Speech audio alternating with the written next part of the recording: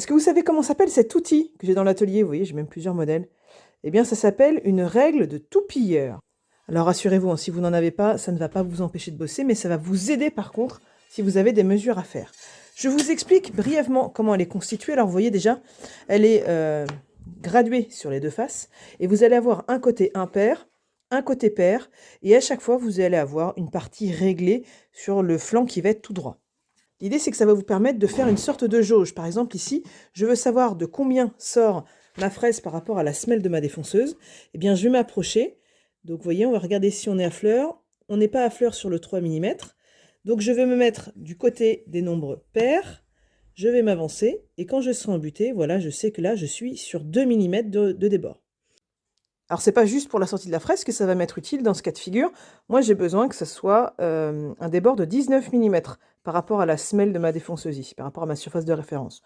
Donc, pour vérifier ça, je vais me mettre en appui contre ma surface de référence. Et vous voyez, je vais m'approcher tout doucement. Donc, je sais que c'est pas 22, je sais que c'est pas 20. On est à peu près à 18 mm.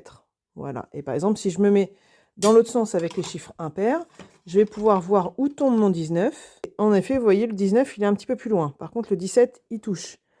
Donc, je suis bien à 18. Et si je veux que ma fraise sorte de 19 mm par rapport à ma surface de référence, il va falloir que je recule un petit peu cette surface de référence.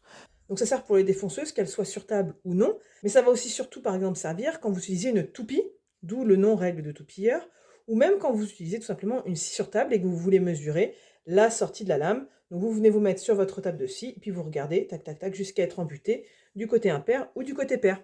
Voilà, donc règle de toupilleur, très pratique, préférée des versions un peu raides. Et moi celle-ci, je l'avais eue qui était beaucoup plus souple, et elle a tendance un petit peu à se vriller, ce qui peut fausser les mesures. Donc si vous devez investir, prenez une règle un peu raide. Je peux vous mettre un lien dans le descriptif sous la vidéo. Petit bonus, il n'y a pas de pile, ça tombe jamais en panne ces affaires-là.